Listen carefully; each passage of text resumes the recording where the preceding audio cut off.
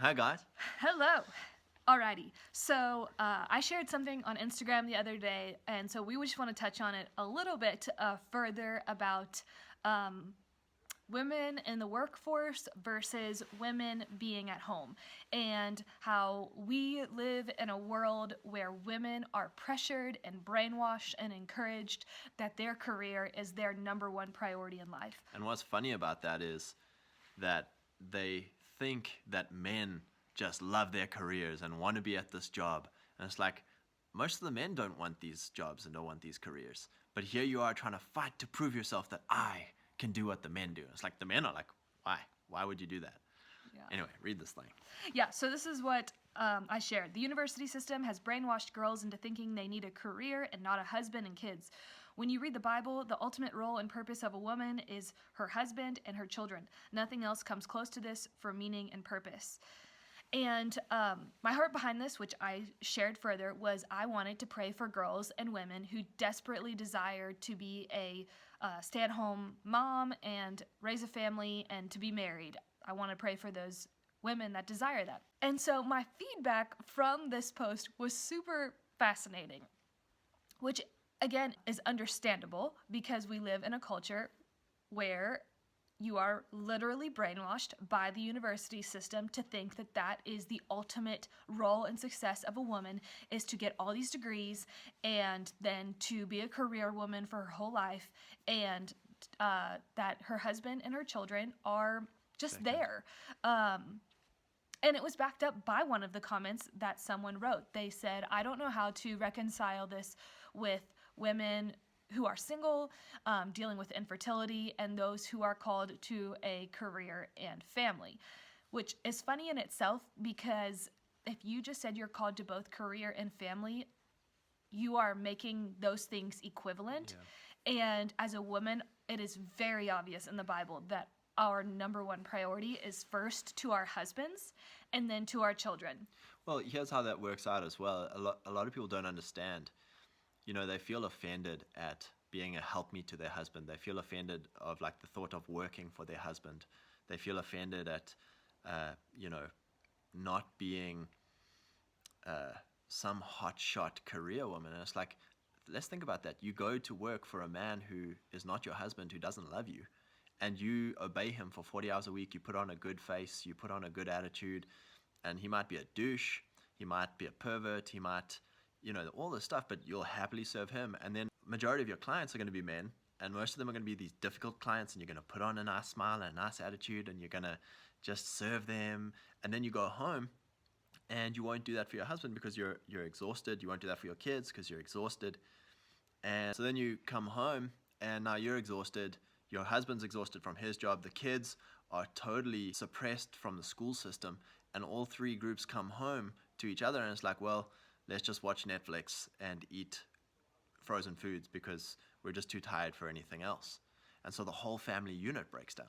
And is dysfunctional.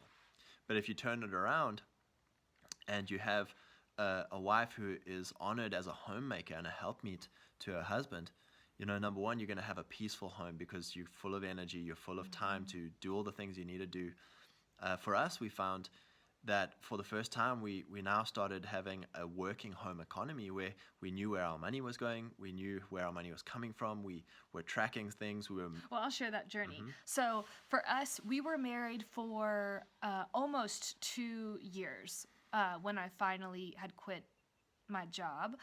I had worked at Trader Joe's, so it wasn't like the greatest career job in the world, but the longer you stay there, the more you get paid, and they do offer great insurance.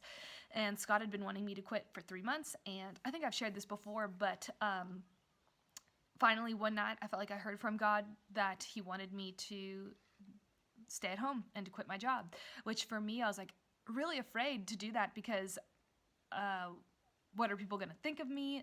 Normally, in my mind, you quit your job when you're pregnant, and then you have a reason because you can be a stay-at-home mom, and in our culture that is still okay. That's like people understand that, quitting your job to become a stay-at-home mom, and so that's always what I thought I would do, and it just hadn't happened for us yet, for us getting pregnant, and so I was like, you know what? I feel like I'm hearing from God.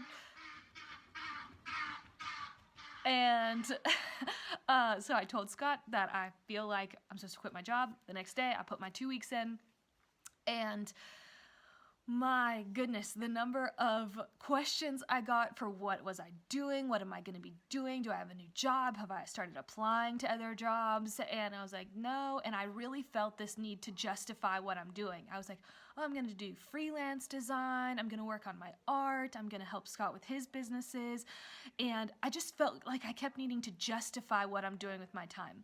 And even people that I really love and am close to were like, what do you do all day? Do you sit and watch Netflix all day? And a lot of just hurtful comments. And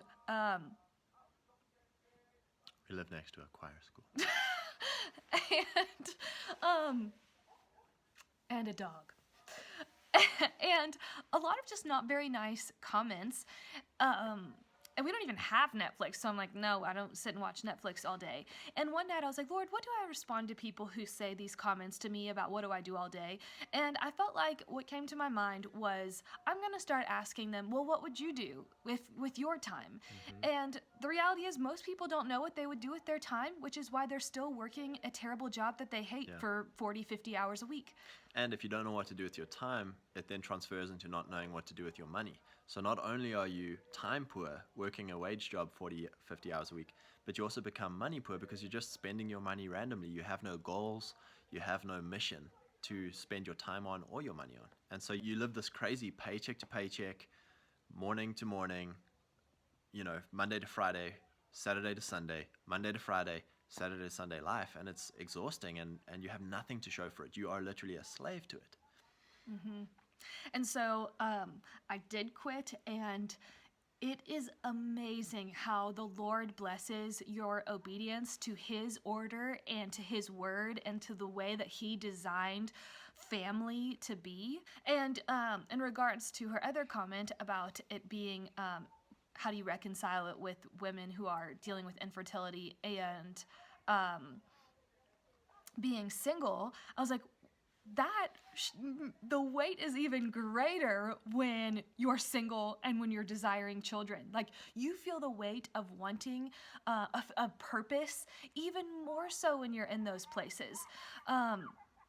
From people who just naturally get married at 20 and who just naturally start having children young. Like, you do feel the weight of meaning when when that's your deepest desire and that's your number one issue. For a lot of single girls, like, this is your one burning issue, is getting married. And it's like, you need to be honest about that. You can't just like, oh, I'm a boss babe. Like, I'm the single girl who's gonna just, live my life. And it's like, no, it's okay to like, Lord, I want to be married.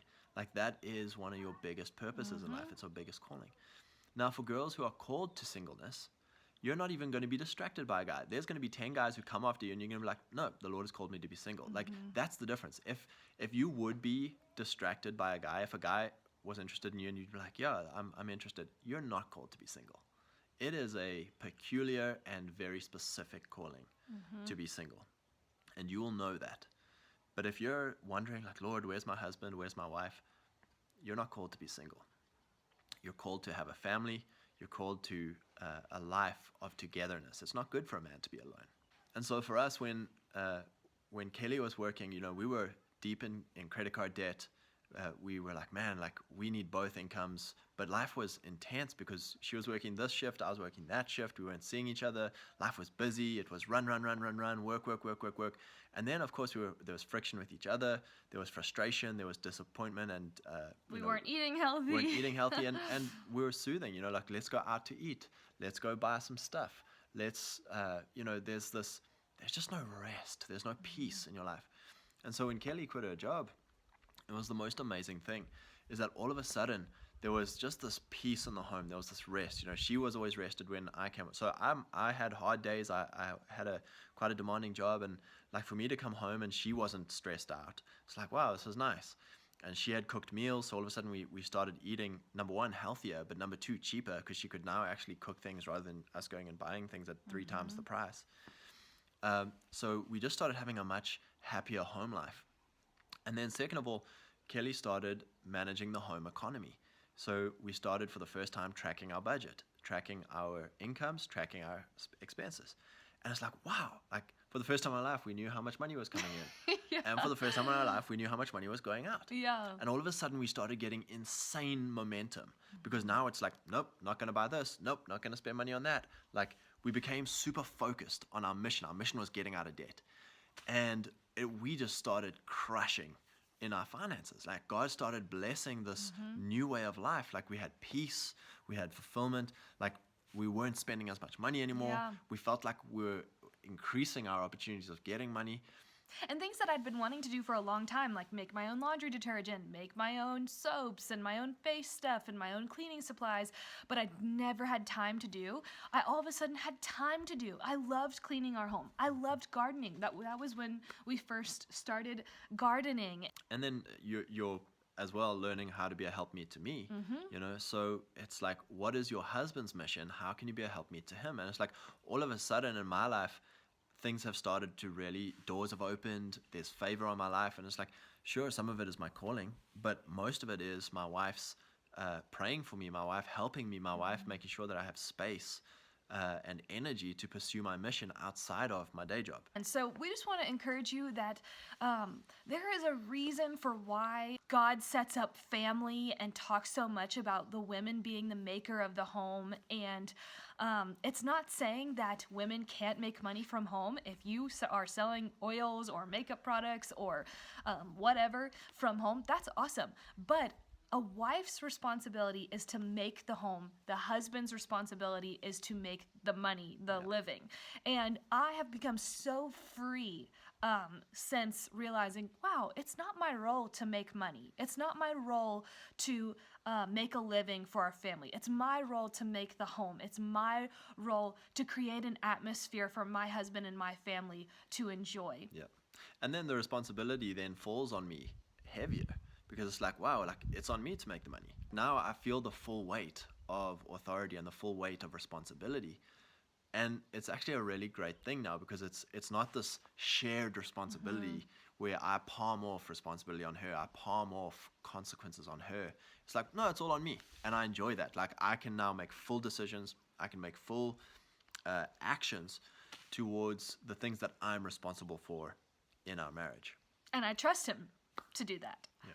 So, yeah, we hope this encourages you, and if God can do it for us, he can do it for you. There's a reason he sets up family the way he sets it up, is because it's a good thing, and it works, and it brings peace and joy to your life. Amen.